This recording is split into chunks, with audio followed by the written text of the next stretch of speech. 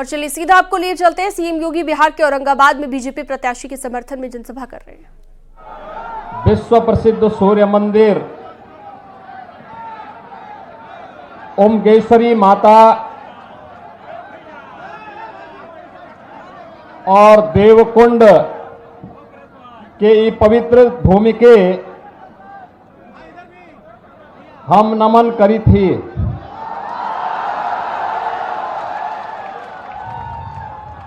आप सबके सादर अभिवादन करी थी। भगवान भास्कर के कृपा हम सबन पर बनल रहे। मंच पर उपस्थित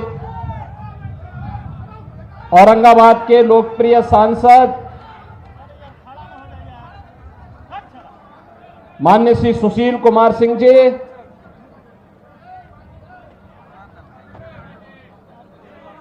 विधान परिषद के माननीय पार्षदगण श्री विनीत सिंह जी, दिलीप सिंह जी, भारतीय जनता पार्टी के वरिष्ठ नेता श्री प्रमोद चंद्रवंशी जी, पूर्व मंत्री श्री राज्यवर्धन सिंह जी, नगर परिषद औरंगाबाद श्री उदय गुप्ता जी, जिलाध्यक्ष भारतीय जनता पार्टी श्री मुकेश शर्मा जी, जिलाध्यक्ष लोजपा चंद्रभूषण सिंह जी, जिलाध्यक्ष शाम श्री रणधीर कुमार सिंह जी, जदयू के नेता श्री पंकज पासवान जी और उत्तर प्रदेश की बस्ती की राजमाता श्रीमती आसिमा सिंह जी, आज के इस कार्यक्रम में उपस्थित राष्ट्रीय लोक मोर्चा के अध्यक्ष अशोक कुशवाहा जी, अशोक सिंह जी, रामेश्वर बैठा जी, अमृत भूषण राठौर जी, भारतीय जनता पार्टी और एनडीए से जुड़े हुए हमारे सभी वरिष्ठ नेतागण, औरंगाबाद के मेरे सभी उपस्थित बहनों और भाइयों,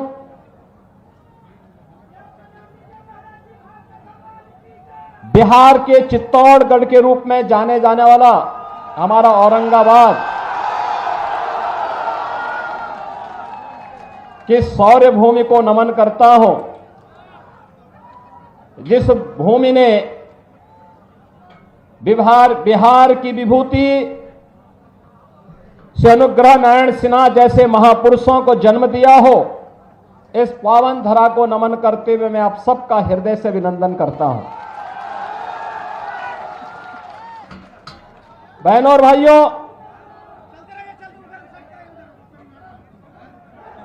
पांच 500 वर्षों का इंतजार समाप्त करके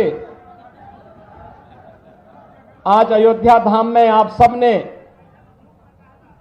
प्रभु श्री राम लला को विराजमान होते हुए देखा है।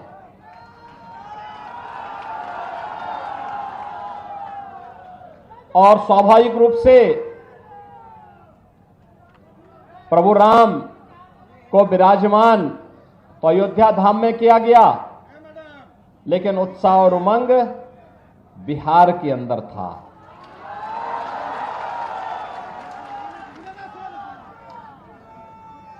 आप बिहार वासियों ने जो उपहार रामलला के 500 वर्षों के बाद विराजमान होने के उपरांत भेजे थे, इसके लिए पूरे बिहार वासियों का मैं हृदय से आभार व्यक्त करता हूं और अभिनंदन करता हूं।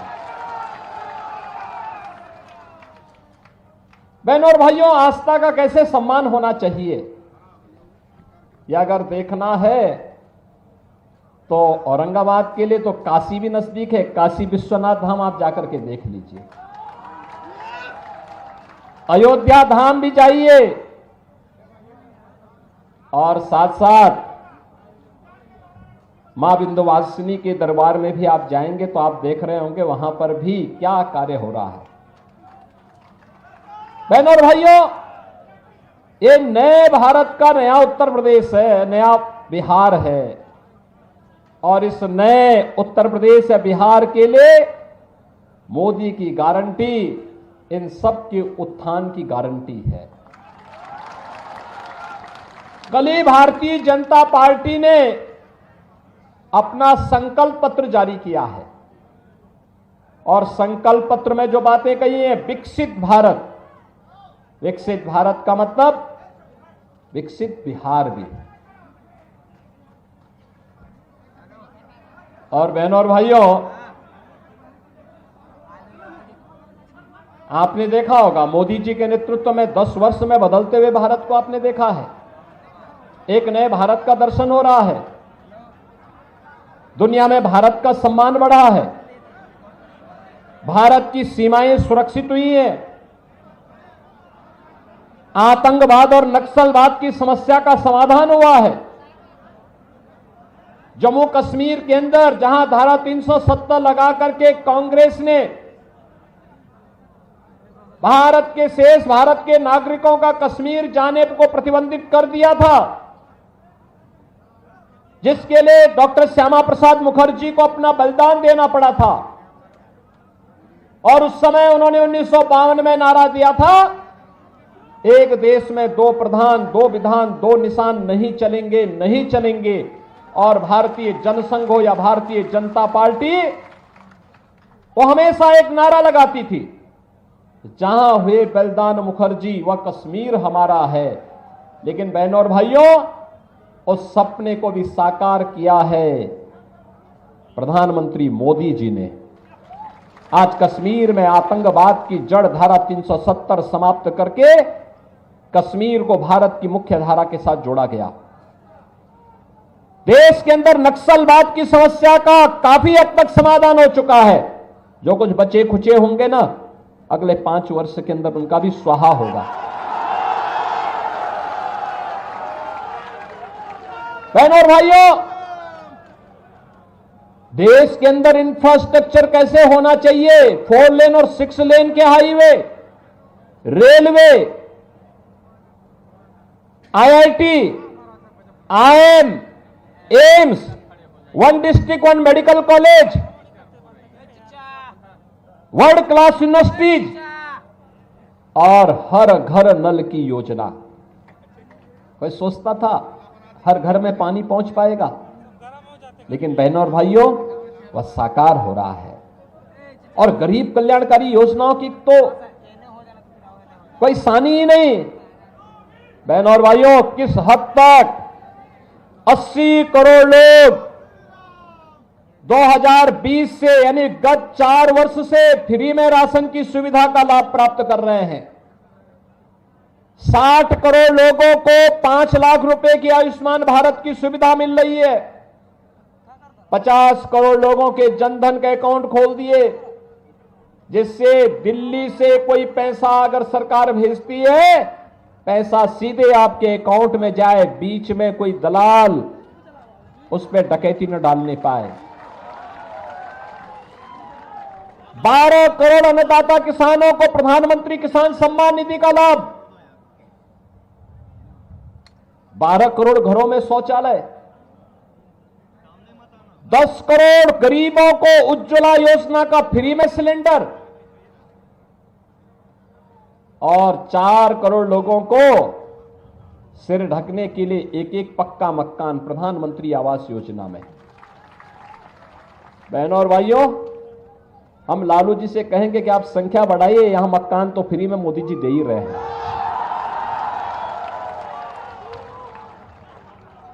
4 करोड़ लोगों को फ्री में आवास दे दिया। बहनों और भाइयों, और मोदी जी ने कल के संकल्प पत्र में एक बात और कही कि 3 करोड़ और आवास अगले 5 वर्ष के अंदर गरीबों को देंगे। इसका सर्वाधिक लाभ तो यूपी और बिहार को ही लेना है। बहनों और भाइयों, 2.5 करोड़ घरों में बिजली का उजियारा कर दिया, घर घर बिजली पहुंचा दी, फ्री में कनेक्शन गरीबों को मिल रहे हैं। मुझे याद है कोरोना कालखंड के दौरान जब बिहार के लोग अन्य राज्यों में कार्य करते हुए निकल रहे थे, तो हम लोगों ने कहा कि भाई देखो, भेदभाव मत करना बिहार के लोगों से, क्योंकि माता सीता के मायके से जुड़े हुए लोग हैं और इसलिए उनके साथ भेदभाव मत करना। जो सुविधा उत्तर प्रदेश वासियों को मिले वही सुविधा हमारे बिहार के बहनों और भाइयों को उपलब्ध करवाना। उनके रहने की व्यवस्था, उनके राशन की व्यवस्था, उनके क्वारंटीन की व्यवस्था, उनके उपचार की व्यवस्था। और आपने देखा होगा उत्तर प्रदेश में भी जो सुविधा मिली थी उस समय लोगों ने सराहा था कि वाह, हमें अब लगता है कि ये यूपी और बिहार का मेल किस रूप में है। बहनों और भाइयों,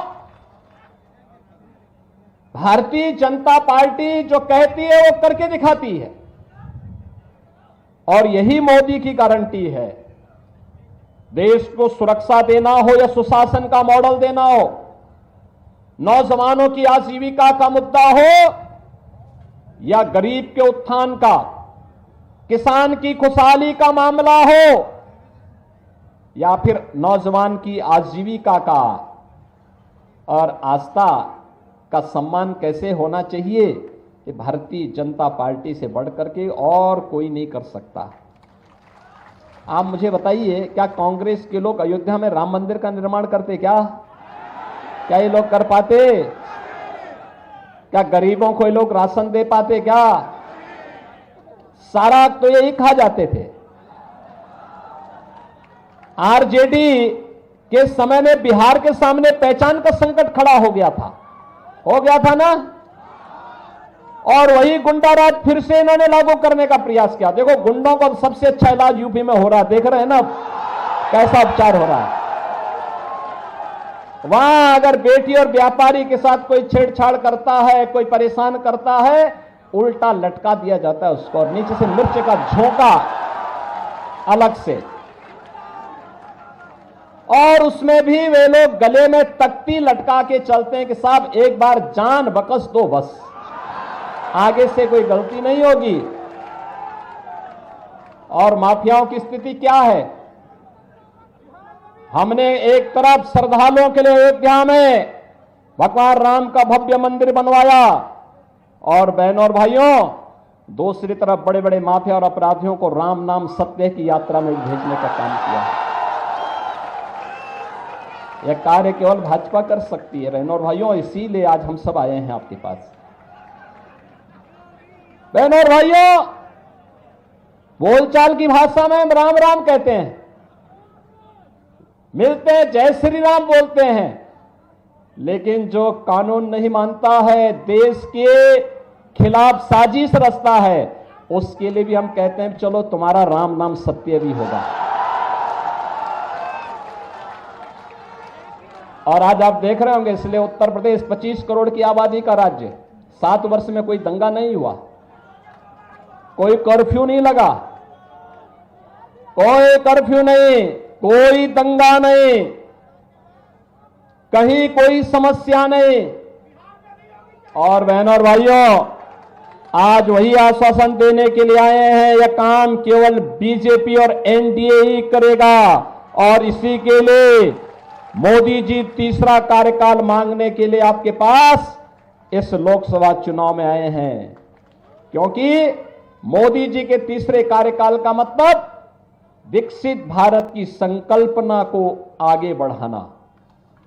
अब तक तो हम लोगों ने कांग्रेस, आरजेडी और इन दलों के दलदल में जो देश फंस करके बड़े बड़े गड्ढे इन्होंने बनाए थे ना, इसको पाटने में और इनके कचड़े को साफ करने में समय लगाया। अब स्पीड बढ़ा करके भारत को ग्लोबल लीडर के रूप में स्थापित करने का समय आ चुका है। बहनों और भाइयों, ग्लोबल लीडर के रूप में भारत बनने का मतलब एक आत्मनिर्भर भारत, युवा आत्मनिर्भर होगा, महिलाएं स्वावलंबी होंगी, व्यापारी सुरक्षित होगा, उसका व्यापार फल फूल रहा होगा, दुनिया के अंदर उसकी अपनी धमक होगी, और भारत दुनिया का पिछलग्गू नहीं, दुनिया की सबसे अग्रणी अर्थव्यवस्था के रूप में दुनिया को नेतृत्व दे रहा होगा। ऐसे भारत के लिए मोदी जी को तीसरा कार्यकाल आवश्यक है और इसीलिए हम लोग आए हैं आपके पास। कि बहनों और भाइयों, जब सारी समस्या का समाधान तो मोदी जी के नेतृत्व में भारतीय जनता पार्टी और एनडीए ने किया है, देश को समस्या देने वाले कांग्रेस और आरजेडी के ही लोग हैं। दिया ना इन्होंने समस्या, आतंकवाद की समस्या इन्होंने दी, भ्रष्टाचार की समस्या इन्होंने दी, गरीबों के हकों पर डकैती डालने की समस्या भी इन्होंने ही दी, अराजकता और दंगे भी इन्होंने ही दिए, अव्यवस्था भी इन्होंने दी, हर प्रकार की समस्या इन्होंने दी और समाधान मोदी जी ने दिया है। प्रधानमंत्री मोदी जी ने समस्या का समाधान दिया है। तो जब समाधान मोदी जी दे रहे हैं तो समस्या को पालने की आवश्यकता नहीं जो आपके विकास में बाधक है, और इसके लिए हम लोग आए हैं। बहनों और भाइयों, आरजेडी से कोई उम्मीद मत करिए। ये चुनाव तो अब नेशन फर्स्ट बनाम फैमिली फर्स्ट का आ गया है, और हम लोग तो सोच रहे थे कि अच्छा हुआ हम लोग फिर से एनडीए को बिहार के अंदर और सशक्त बनाने में हमें सफलता प्राप्त हो गई। अन्यथा बिहार के अंदर तो लालू जी के परिवार को ही सीट कम पड़ रही थी, आपने देखा होगा। वो परिवार तक ही सीमित रह गए, परिवार के बाहर सोच है ही नहीं। विकास भी होना तो परिवार का, सीट भी मिलनी है तो परिवार को ही मिलनी है, योजनाओं का लाभ भी लेना है तो परिवार को ही मिलना है। एक परिवार यहां भी है और एक परिवार यूपी में भी है। यूपी की जनता तो पहले उनको जवाब दे चुकी है और बिहार के लोगों को भी उस जवाब देने के लिए तैयार होना है। और इसी के लिए मैं आया हूं आपसे कहने के लिए कि बहनों और भाइयों, यूपी और बिहार का संबंध तो चोली दामन का संबंध है, कभी अलग न होने वाला संबंध है। हमारे यहां जब बोलते भी हैं संबोधन में तो हम बोलते हैं जय सीताराम। पहले माता सीता का नाम लेते हैं, तब राम का नाम लेते हैं। यही हमारा संबोधन है। तो ये संबंध तो दोनों राज्यों के संबंधों को जोड़ करके मोदी जी के एक भारत श्रेष्ठ भारत के अभियान को आगे बढ़ाता है। और एक भारत श्रेष्ठ भारत के लिए मोदी जी का तीसरी बार प्रधानमंत्री बनना आवश्यक है। और मोदी जी का तीसरी बार प्रधानमंत्री बनाने के लिए औरंगाबाद से श्री सुशील कुमार सिंह जी को फिर से सांसद बनना आवश्यक है। हम दोनों लोग 1998 से लेकर के लगातार देश की संसद में साथ साथ सांसद रहे, और उन्होंने बताया ना, वाराणसी का बाईपास हो या फिर विंध्यवासिनी धाम की कनेक्टिविटी को ठीक करना हो। उन्होंने ये भी कहा था कि विंध्यवासिनी धाम में हमारे यहां के लोग आते हैं, वहां पे काफी संकरी गलियां हैं। हमने कहा चिंता मत करिए, अगली बार जब आएंगे तो मां विंध्यवासिनी का धाम एक नए रूप में होगा। और बहनों और भाइयों, आज तो बासंती नवरात्रि की सप्तमी तिथि है, महाकाली की पूजा होती है, और आज विंध्यवासिनी धाम में लाखों श्रद्धालु दर्शन करने के लिए भी पहुंचे हुए हैं। कोई समस्या नहीं है, क्योंकि हमने गलियारा इतना चौड़ा बना दिया है कि कहीं कोई 1 लाख नहीं, 2 लाख नहीं, 10 लाख लोग भी एक साथ आ जाएंगे, कोई किसी को समस्या नहीं होने वाली है।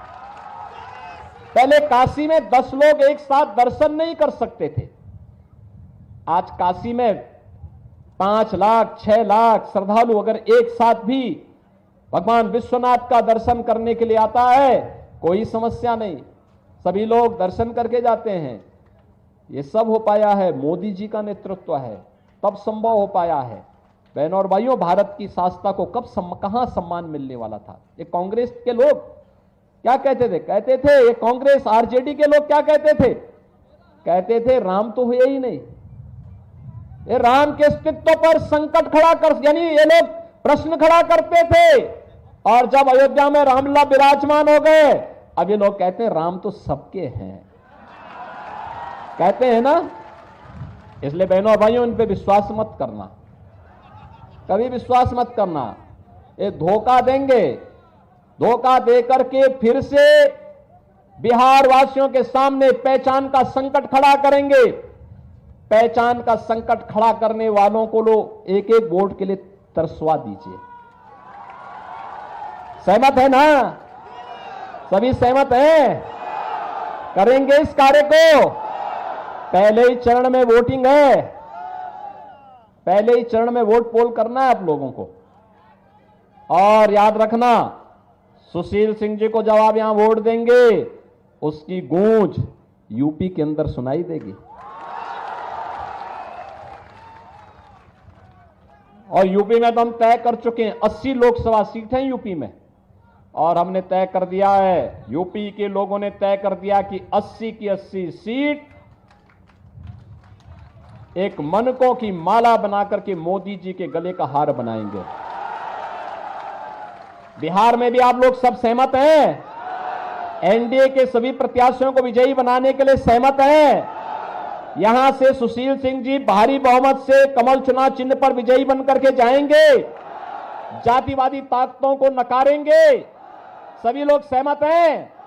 तो बहनों और भाइयों, फिर मेरे साथ बोलेंगे, भारत माता की, भारत माता की, भारत माता की।